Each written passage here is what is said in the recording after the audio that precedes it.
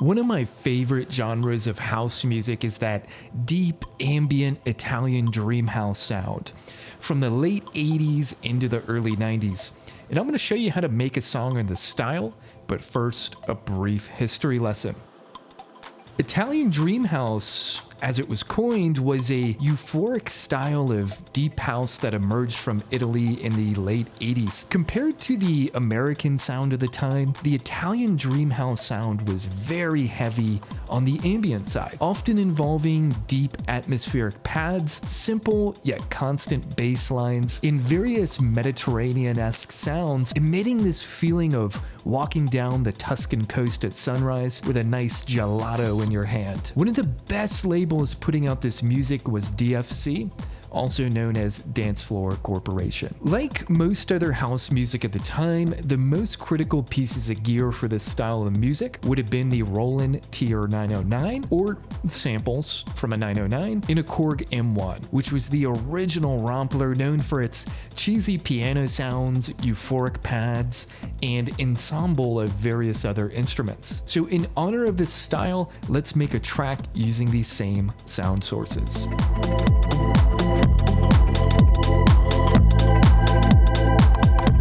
The first thing I want to look at here are the drums. And for drums, we're just using a 909 drum kit. The 909, the 808 would have been super popular around this time. Now, whether they used an actual 909 or just 909 samples probably varied, but for that essence, we're just going to keep it simple here and use a 909 drum kit. And so I have a drum kit here in Bitwig where I have a bunch of 909 samples. And let's just take a look at a few of these different patterns in here. So we have this pattern in the intro with no kick. That's just playing a bit of a hi-hat clap beat.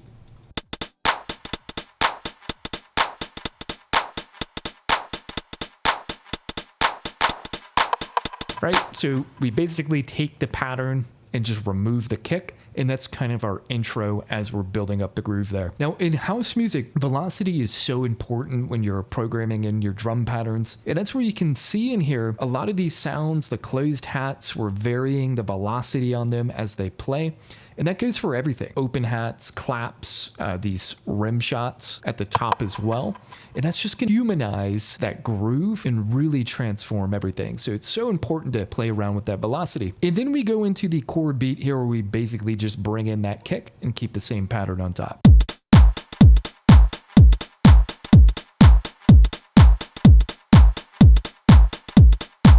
And then some various variations of this. So basically what I'm doing here is I have 3 bars of this core beat. And then the 4th bar is some type of turnaround. And we basically repeat that pattern with subtle variations on the turnarounds.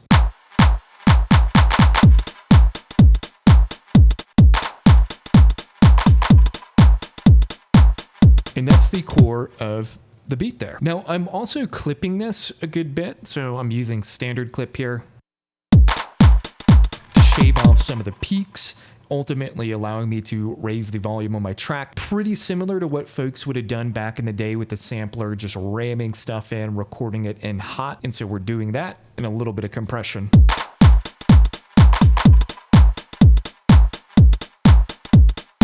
Final thing here, this is house, and so you want to use some shuffle. In Bitwig, I can enable shuffle by coming to the play menu. Rather, I enable groove and I can apply an amount of shuffle. I'm doing it on 16ths and about 61% with on there. Makes a huge difference with that shuffle.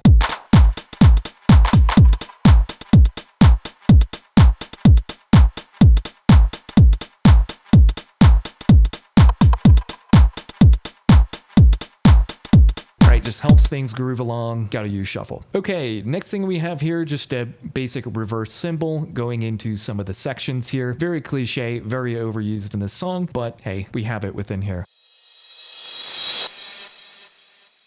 Put these sounds in mono and high pass the ever living out of this reverse cymbal here. Personally, I just love a very thin reverse cymbal. I think it sounds good. All right, let's go to bass here. Now, to be period relevant, we have to use the Korg M1, right? And I believe this came out in about 88, 89, potentially even earlier.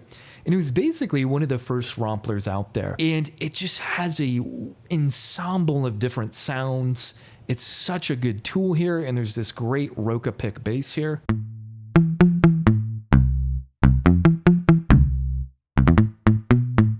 And so we're playing a little bit of a bass line here. We have this down in mono, and here's our bass line.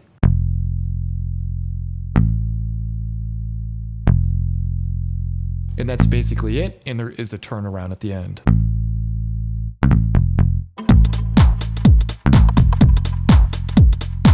Very simple bass line, and if you go back and listen to these tracks, the bass line often was extremely simple and very constant throughout the song. So it was like this almost ostinato effect where it keeps you grounded in that groove. And so it doesn't have to be complex. Now, one thing I'm doing here a little bit differently is I'm holding out some long notes here, about 1 bar each. In a lot of these songs, sometimes the basses will be a little more groovy. They'll be simple, but just, maybe they'll use 16th notes, just a little more groovy and actiony.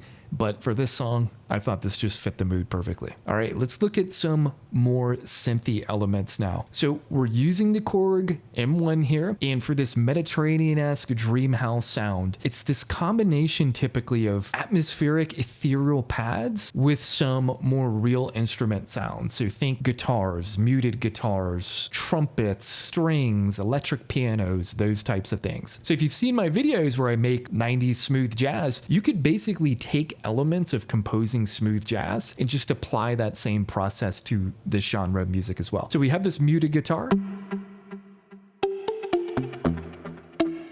and we're playing these very short little staccato-y notes within here.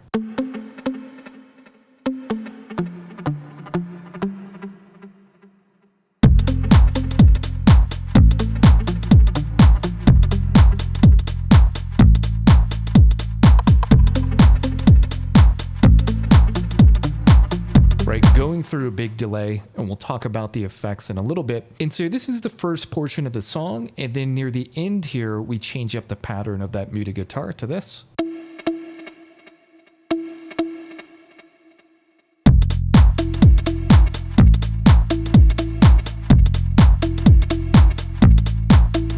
Very nice oceany type sound there. I don't even know if that's a real description. I just used it anyways. So another great sound we have here from the M1 is this steel harp.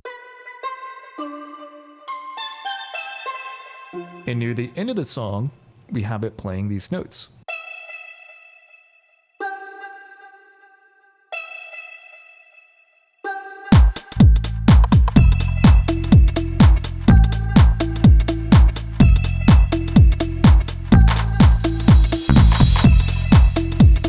Great island-esque sound there. Sounds perfect. All right, let's go to this little bleep sound. This is coming from the Korg M1. This is actually a mallet. This is the block patch. Great sound there. And so this we have down in mono, high passed a little bit, and here's the pattern we're playing.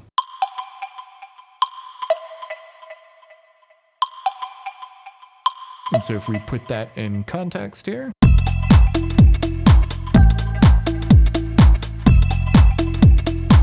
and I did automate the volume down of that sound towards the later end of the track, so it's more pronounced in these earlier sections.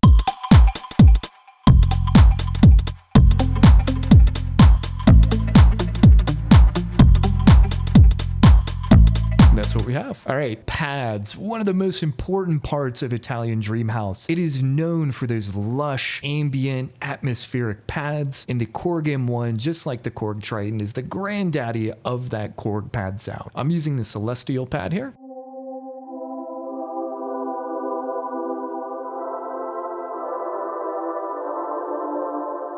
Now this I have fanned out very wide in the stereo field. A bit of a crazy EQ on there. It's not very time period relevant, but just trying to hone the sound in. And with this pad here, we're just playing this major chord here, F major 7. Sounds like this. Just a long note held out there. And then in the second phrase, we start to put in some chord changes.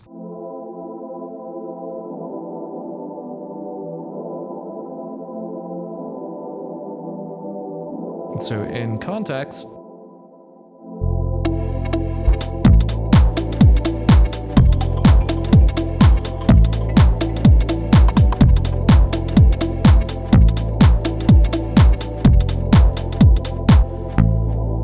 so those ethereal pads, crucial to this sound. And so you guys have watched my videos before, you know I love pads, especially ambient pads. And that's why I love this genre. It's so dreamy sounding, but then there's also those real instruments layered on top. Just gives this euphoric sound, this uplifting sound. And I think that also speaks to the core chords that plays as well, where Dream House tended to use more major chords than minor from what I've seen. Certainly that's not always the case. We are using some minor chords in here as well, but that major chord is going to kind of give you that uplifting, happier sound that Dream House is known for. All right, high strings. You got to have some high strings, just great way to put in emotion. And I'm actually using that same pad sound, but just playing single notes, pitched up on the keyboard.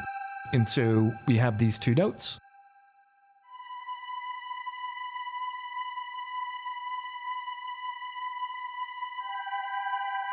And then a little later, we add a third note.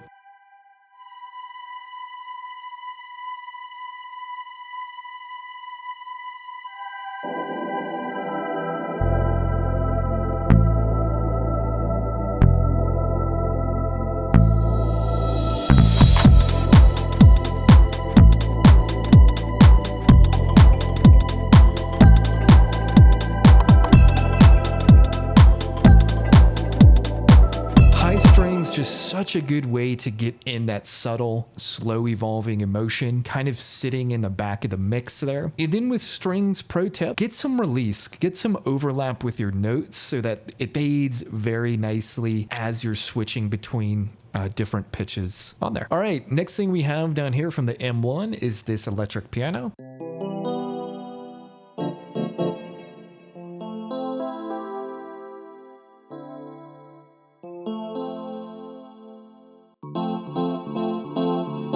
You need an electric piano, and so what I'm doing with that EP is playing this very early housey type pattern here with our two chords.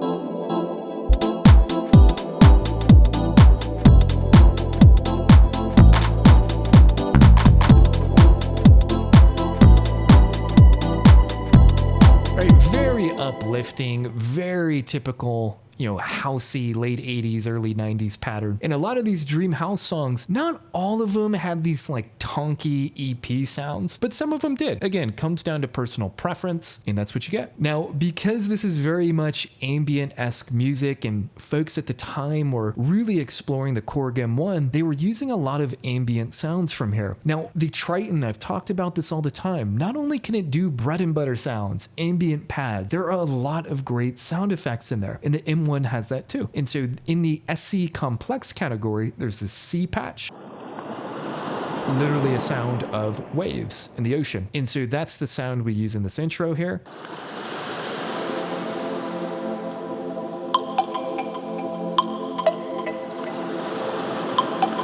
As well as in the breakdown. And then in the outro too.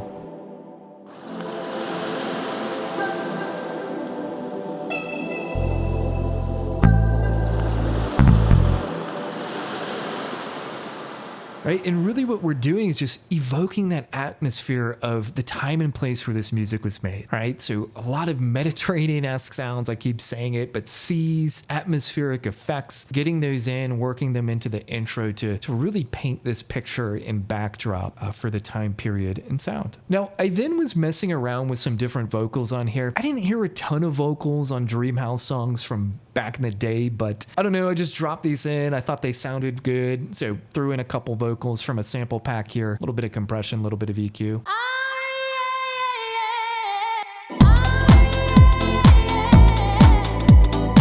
And then a couple different chops down here.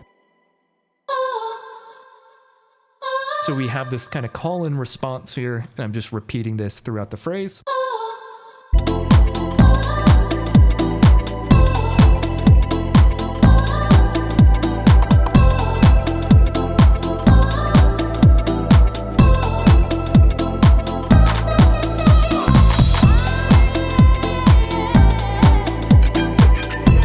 That's it. this is where you take those creative liberties. If you think something would sound good, throw it in. A lot of house music did have these diva-esque vocals in it, so hey, I just threw it in. And then we did have a couple other stabs I was playing with here, this wah-wah sound from a sample pack.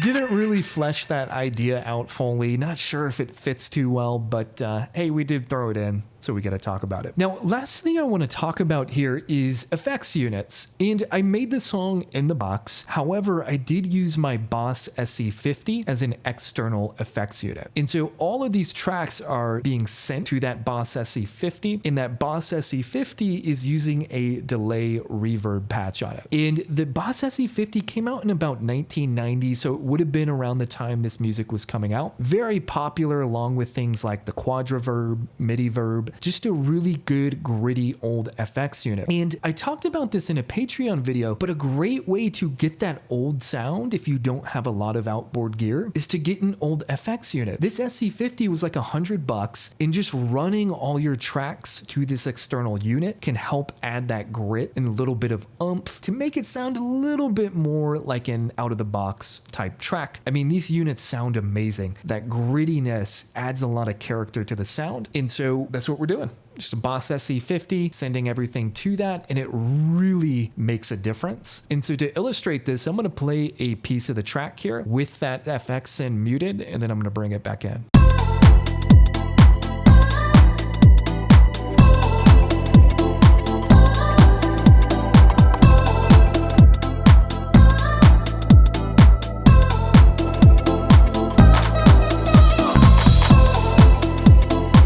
Could you just use an in-the-box delay reverb? Sure. Would it make a pretty big impact like that test just did? It would, but still, there's like that extra little oomph and sparkle on these old FX units that candidly, I don't really think any plugin has emulated well to this day. So anyways, that's my rant on external FX units. If you want to get into hardware, add a little bit of grit to your sound, but you don't want to spend $1,000 on an Akai Nest S900, just get an old FX unit, and that can get you on your way. So in closing here, if you enjoy this sound and want to hear more, I'm going to recommend some of my favorite compilations to go get a bunch of Italian Dream House bangers in one go, and so peep them here. And then finally, like most songs, if you want the project file for this, you can go check me out on Patreon, where all subscribers can get not just this project file, but project files for other songs I've done and many more going forward, along with exclusive sample pack, behind the scenes footage, longer videos. If you enjoy content like this but just want more, go check out Patreon. Have a good one.